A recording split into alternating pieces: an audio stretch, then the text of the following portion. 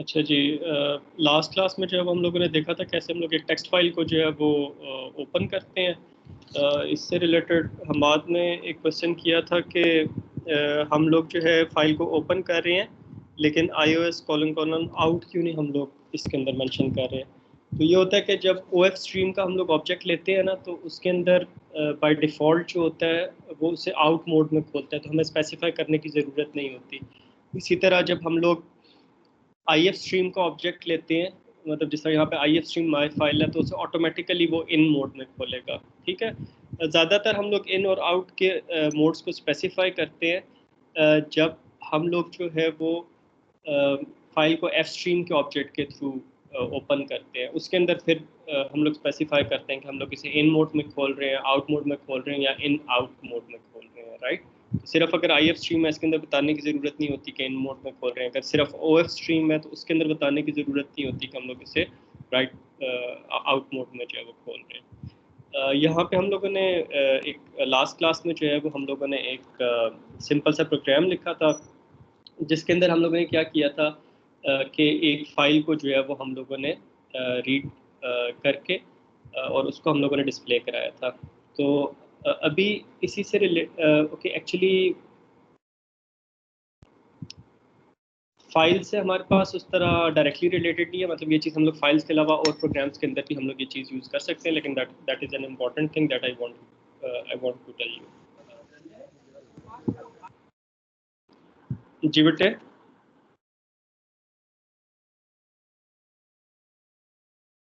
Is there any question?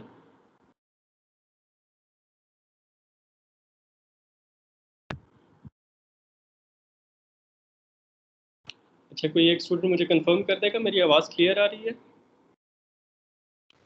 Yes sir, clear है। Yes sir, clear है। Thank you. अच्छा जी, अभी जो है वो आप लोगों को इसकी कोड वाली स्क्रीन नज़र आ रही है जो मैंने ओपन की हुई है? जी सर। अच्छा बेटे देखो, इस प्रोग्राम के अंदर हम लोगों ने लास्ट क्लास के एंड पे जो हम लोगों ने किया था, एक हम लोग templates.cpp के नाम से एक फ़ाइल खोल रहे थे और उसको जो है वो हम लोग डिस्प्ले कर रहे थे, राइट। और डिस्प्ले किस तरह कर रहे थे, उसको हम लोग लाइन बाय लाइन रीड करते थे जब तक वो फाइल में हमारे पास डाटा अवेलेबल था। लाइन बाय लाइन हम लोग उसको रीड करते थे और उसको जो है वो हम लोग लाइन नंबर के साथ जो है वो कंसोल के ऊपर जो है वो हम लोग डिस्प्ले कर देते थे। तो ये एक बड़ा सिंपल सा प्रोग्राम था। अब मैं आपको ये बताता हूँ कि अगर हम लोगों ने यहाँ पे ये जो फाइल नेम है, हम लोग ये चाहते हैं कि जब हम लोग प्रोग्राम का नाम लिख रहे हों, जिस तरह अगर यहाँ पे मैं चाहता हूँ files.cpp को मैंने डिस्प्ले करना है, तो मुझे क्या करना पड़ेगा, इससे पहले कंपाइल करना पड़ेगा। अब मैंने फाइल नेम चेंज किया तो मुझे इसे कंपाइल भी दोबारा करना पड़ेगा, फिर मैं इसे रन करूँगा तो फिर मेरे पास वो जो फाइल है वो मेरे पास कंसोल के ऊपर जो है वो नज़र आ जाएगी, राइट। अगर हम लोग ये चाहें कि हम लोगों को फाइल नेम जब चेंज हो रहा है तो हमें प्रोग्राम को कंपाइल ना करना पड़े, हम लोग कुछ इस किस्म का दे दें कि जो एग्जीक्यूटेबल फाइल है उसके आगे हम लोग लिखते हैं कि जी अब आप files.cpp को जो है वो डिस्प्ले करो, तो files.cpp डिस्प्ले हो जाए। अगर हम लोग यहाँ पे लिखें कि जी कोई और हमारे पास फाइल है, जिस तरह लेट्स से bs/templates.cpp, अगर हम लोग इसको डिस्प्ले करना चाहें तो हमारे पास वो डिस्प्ले हो जाए। अभी हमारे पास नहीं हो रही, अभी हमारे पास एक ही जो हमने हार्ड कोड की हुई है files.cpp वो डिस्प्ले हो रही है, सेम फाइल डिस्प्ले हो रही है। लेकिन what if we want to display the file which is written in front of the command, in front of the name of the executable file, ये जो चीज़ है इसको हम लोग कहते हैं कमांड लाइन आर्ग्यूमेंट्स। ठीक है, जो पहला कमांड लाइन आर्ग्यूमेंट होता है वो एग्जीक्यूटेबल फाइल का नाम होता है कि आपकी एग्जीक्यूटेबल फाइल जो है वो कौन सी है, और उसके बाद आप स्पेस सेपरेटेड जितने भी आप कमांड लाइन आर्गुमेंट्स देते हैं वो आप अपने प्रोग्राम के अंदर रीड कर सकते हैं। जिस तरह अभी हम लोग इस प्रोग्राम के अंदर सिर्फ ये देखते हैं कि कितने कमांड लाइन आर्गुमेंट्स यूज़र ने दिए हैं और हम लोग उसको जो है वो लेट से डिस्प्ले अगर कराना चाहें तो हम लोग कैसे उसको जो है वो डिस्प्ले कर सकते हैं। अब ये बात गौर से देखो, बहुत सिंपल सी बात है लेकिन बहुत इम्पॉर्टेंट है। जब भी आप चाहते हो कि आपका प्रोग्राम के अंदर आपके पास कोई कमांड लाइन पे पैरामीटर्स दिए जाएं तो you must understand command line arguments. ये आपको हर जगह पे मिलेंगे। जिस तरह लिनक्स के अंदर ls की कमांड होती है, विंडोज़ के अंदर dir की कमांड होती है, जो आपको करंट जो फोल्डर है उसके अंदर आपको फाइल्स दिखा देता है। जिस तरह मैं ls लिखता हूँ तो मेरे पास ये फाइल्स जिस फोल्डर में है वो नज़र आना शुरू हो जाती हैं। अगर मैं इनकी डिटेल्स भी देखना चाहता हूँ तो मैं क्या करूँगा, एक कमांड लाइन आर्गुमेंट दूंगा ls -l। एक कमांड लाइन आर्गुमेंट है। इससे क्या होगा कि हमारे पास इन फाइल्स की जो है वो डिटेल्स नज़र आना शुरू हो जाएंगी कि इनका साइज़ क्या है, क्रिएट कब हुई थी, मॉडिफाई कब हुई थी, और मतलब कुछ चीज़ें कलर की फॉर्म में आती हैं। तो आपके पास जो है वो ये जो यहाँ पे -l है, ये कमांड लाइन आर्गुमेंट है। तो ये कमांड लाइन आर्गुमेंट्स हम लोग C++ में कैसे हैंडल करते हैं? इसका एक सिंपल सा तरीका होता है। मेन के अंदर हम लोग दो पैरामीटर लेते हैं, int argc, इसका नाम आप कुछ भी रख सकते हो, एक कन्वेंशन है कि इसको argc कहते हैं। और फिर कैरेक्टर स्टैरिक कर लो, या फिर कैरेक्टर स्टैरिक हम लोगों को पता है, हम लोग स्ट्रिंग्स के लिए यूज़ करते हैं। स्ट्रिंग्स की एरे के लिए जो है वो हम लोग क्या यूज़ करते हैं, एक स्टैरिक और आगे फिर एरे ले लेते हैं। या तो स्टैरिक argv लिख लो, या फिर जो है वो स्टैरिक argv और आगे एरे का सिंबल दे दो। तो इससे हमारे पास क्या होगा, एरे का सिंबल देने से हमारे पास ये होगा कि ये हमारे पास एक स्ट्रिंग्स की एरे बन जाएगी, एक स्ट्रिंग्स की एरे बन जाएगी argv। ठीक है, तो अभी हम लोग इसके अंदर सिंपली ये डिस्प्ले कराते हैं कि जी कितने कमांड लाइन आर्गुमेंट्स पास हुए। तो हम लोग कहते हैं number of command line arguments, और आगे हम लोग सिर्फ लिख देते हैं argc इज आर्गुमेंट काउंट। ठीक है, कि आपने जो है वो कितने जो है वो पैरामीटर्स पास किए हैं। अब लेट्स कंपाइल दिस थिंग, और इसको जो है वो हम लोग रन करते हैं। अब देखो, मैंने ये कहा था कि जो अगर आप खाली फाइल नेम लिख के एग्जीक्यूट करते हो तो वो कमांड लाइन आर्गुमेंट के तौर पे ट्रीट होगा। तो अब इसके अंदर आगे कोई पैरामीटर नहीं दिया, तो इस वजह से कमांड लाइन आर्गुमेंट सिर्फ एक है, और वो कौन सा है, a डॉट आउट। अगर हम लोग इस a डॉट आउट, अब मैं कंपाइल नहीं कर रहा, सिर्फ उसको रन कर रहा हूँ। अब a डॉट आउट के आगे लिखता हूँ first, let's say just first में लिख देता हूँ। तो फिर एंटर्स को करते हैं, तो अब उसने कहा कि अब आपके पास दो कमांड लाइन आर्गुमेंट्स हैं। ठीक है, एक a डॉट आउट हो गया, और एक उसके बाद जो है वो फर्स्ट जो है वो एक और कमांड लाइन आर्गुमेंट है। इसको आप न्यूमेरिक भी दे सकते हैं, जिस तरह अब टोटल कमांड लाइन आर्गुमेंट्स कितने हो जाएंगे, 3। फर्स्ट हो जाएगा a डॉट आउट, सेकेंड हो जाएगा फर्स्ट, और थर्ड हो जाएगा 1 2 3। इसके अंदर अगर आपने स्पेस देनी है एक आर्गुमेंट वैल्यू के अंदर, तो आप जो है वो उसको इन्वर्टेड कॉमास में आप लिख सकते हैं। ठीक है, तो जिस तरह इसके अंदर अब कमांड लाइन आर्गुमेंट्स कितने हो जाएंगे, 1 2 3 4 कमांड लाइन आर्गुमेंट्स हो जाएंगे, स्पेस सेपरेटेड क्योंकि इन्वर्टेड कॉमा में हम लोगों ने लिखा हुआ है, तो इस तरह से वो एक आर्गुमेंट के तौर पे जो कंसीडर होगा। तो अभी आप यहाँ पे देखो कमांड लाइन आर्गुमेंट्स हमारे पास 4 लिखे हुए आगे। ये क्लियर है सबको कि अभी हम लोग सिर्फ ये देख रहे हैं कि जो एग्जीक्यूटेबल फाइल का नाम है उसके आगे हम लोग क्या क्या लिख रहे हैं। जिस तरह अगर हम लोग कैलकुलेटर का प्रोग्राम लिखते हैं, हम लोग लिखते हैं कि जी डॉट कैल्क, और उसके आगे लिखते हैं 1 + 2। तो इसको हम लोग प्रोसेस करके इसका रिजल्ट जो है वो डिस्प्ले कर सकते हैं, बजाय ये कि हम लोग यूज़र से सी इन करके वैल्यू लें, हम लोग कमांड लाइन आर्गुमेंट के तौर पे वो वैल्यू दे सकते हैं। अब ये तो हम लोगों ने देखिए नंबर ऑफ आर्गुमेंट्स कैसे डिस्प्ले करते हैं। अगर हम लोग उन आर्गुमेंट्स को एक्सेस करना चाहते हैं, तो जिस तरह हम लोग स्ट्रिंग्स की एरे को एक्सेस करते हैं, तो argv जो है वो स्ट्रिंग्स की एरे बन जाएगी। जब यहाँ पे हम लोग उसको इस तरीके से एक्सेप्ट करते हैं तो वो स्ट्रिंग्स की एरे बन जाएगी, और हमें पता है कि उसके अंदर नंबर ऑफ वैल्यूज़ कितनी है, वो हमें argc से पता चल जाएगा। तो 1 बाय 1 अगर हम सारों को डिस्प्ले कराना चाहते हैं, तो for int I is equal to 0 to I is less than n, sorry argc I ++, और 1 बाय 1 आर्गुमेंट्स को जो है वो डिस्प्ले करा देते हैं। इसके अंदर हम लोग ये कह देते हैं कि जी सी आउट आर्गुमेंट, और फिर उसके बाद क्योंकि 0 से शुरू कर रहे हैं तो I+1 कर देते हैं, आर्गुमेंट 1, और फिर उसके बाद हम लोग कॉलन, और फिर उसके बाद अब उसकी वैल्यू गेट करनी है। उसकी वैल्यू किस तरह गेट करेंगे, argv 0 में हमेशा जो हम लोग का प्रोग्राम है उसका नाम लिखा हुआ होगा, और argv 1 के अंदर जो है वो फर्स्ट आर्गुमेंट होगा, फिर argv 2 के अंदर सेकंड आर्गुमेंट होगा, एंड सो ऑन। तो हम लोग यहाँ पे argv और I लिख देते हैं। ठीक है, तो इससे हमारे पास 1 बाय 1 सारे आर्गुमेंट्स जो है वो हम लोग डिस्प्ले कर देंगे। Let's compile this thing. अब हम लोग इससे वही देते हैं फर्स्ट 1 2 3 स्पेस सेपरेटेड। तो अब इसके अंदर 4 आर्गुमेंट्स डिस्प्ले होने चाहिए, पहला a डॉट आउट, दूसरा फर्स्ट, तीसरा 1 2 3 और चौथा स्पेस सेपरेटेड।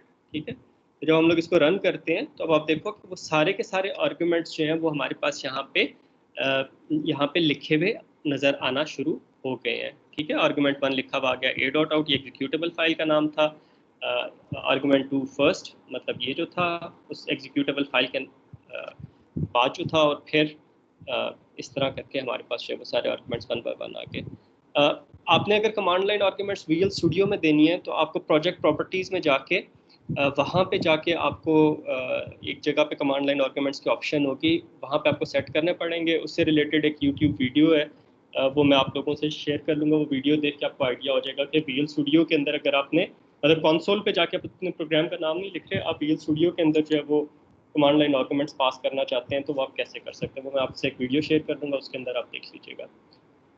कमिंग बैक, अगर हम लोग ये लिखें जी ए डॉट आउट, ठीक है, और इसके बाद लिखें फाइल्स डॉट CPP, तो हम लोग ये चाहेंगे कि फाइल्स डॉट CPP डिस्प्ले हो जाए, राइट। और हम लोगों ने ये देख लिया है कि फाइल्स डॉट CPP हम लोग रीड कर सकते हैं अपने अपने मेन के अंदर, तो बस हमें ये फाइल नेम ही चाहिए था ना। अब ये फाइल नेम हमारे पास आ गया, तो हमारे पास जो है वो इसको हम लोग ओपन करके डिस्प्ले कर सकते हैं। तो अब हम लोग सिंपली क्या करेंगे, IF stream files dot CPP की जगह हम लोग क्या लिख देंगे, सिंपल ARGV। हमें जीरो में पता है कि एग्जीक्यूटेबल फाइल का नाम होता है, यहाँ पे हम लोग लिख देंगे ARGV1। तो ARGV1 के अंदर हमारे पास क्या होगा, जो A डॉट आउट के आगे जो हम लोगों ने पैरामीटर पास किया है वो यहाँ पे आ जाएगा। तो अगर हम लोग इसको कंपाइल करके दोबारा रन करें,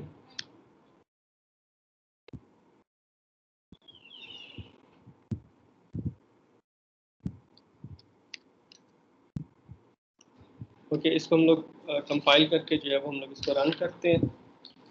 तो अब आप देखें A डॉट आउट आगे फाइल्स डॉट CPP लिखते हैं, तो अब उसने क्या किया, फाइल्स डॉट CPP को जो है वो डिस्प्ले करा दिया।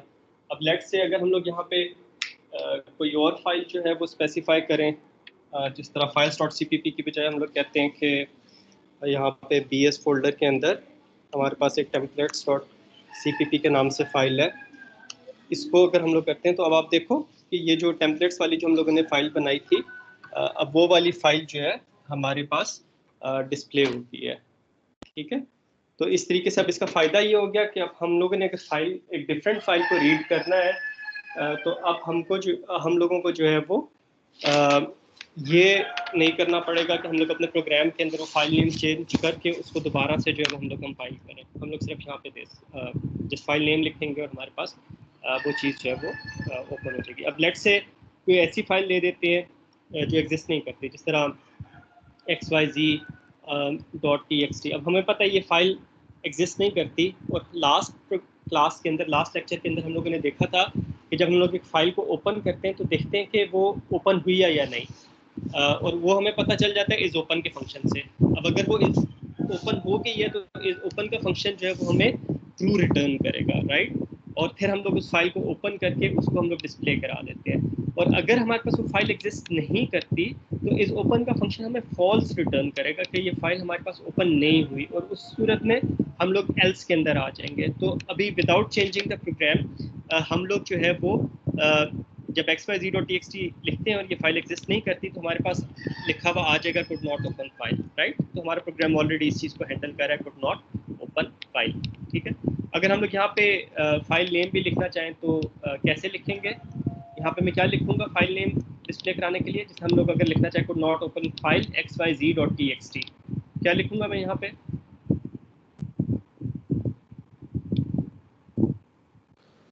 सर ARGV और index1।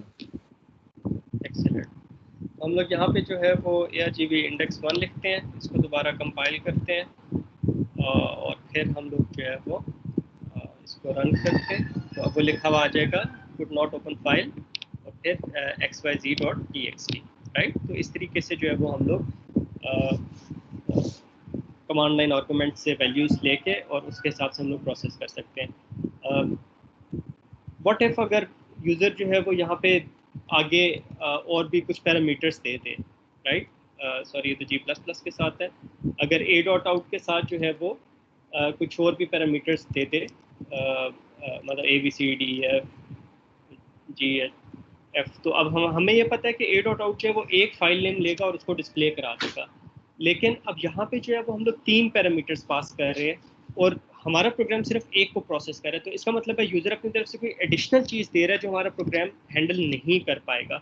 तो उस सूरत में हम लोग ये सिंपल चेक कर सकते हैं कि अगर हमारा प्रोग्राम सिर्फ एक कमांड लाइन आर्गुमेंट पे काम कर रहा है, दैट मीन्स एक एग्जीक्यूट फाइल का नाम हो जाएगा और एक जो है वो आगे जो फाइल नेम है वो हो जाएगा, तो उसके अंदर ARGC की वैल्यू 2 हो जाएगी कि 2 कमांड लाइन आर्गुमेंट्स हैं। तो हम लोग यहाँ पे सिंपली ये लिख देंगे, एक चेक लगा सकते हैं, इवन मतलब फाइल ओपन करने से पहले हम लोग ये लिख सकते हैं कि if ARGC is not equal to 2, तो हम लोग यहाँ पे कह सकते हैं कि जी अगर एग्जैक्टली 2 कमांड लाइन आर्गुमेंट्स नहीं है तो हम लोग यहाँ पे कह सकते हैं कि सी आउट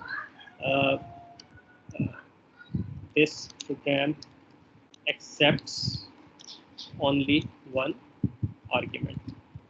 ठीक है, ये हम लोग जो है वो लिख सकते हैं। तो अब और फिर इसके बाद हम लोग प्रोग्राम से जो है वो निकलते हैं। तो अब अगर हम लोग इसको कंपाइल करें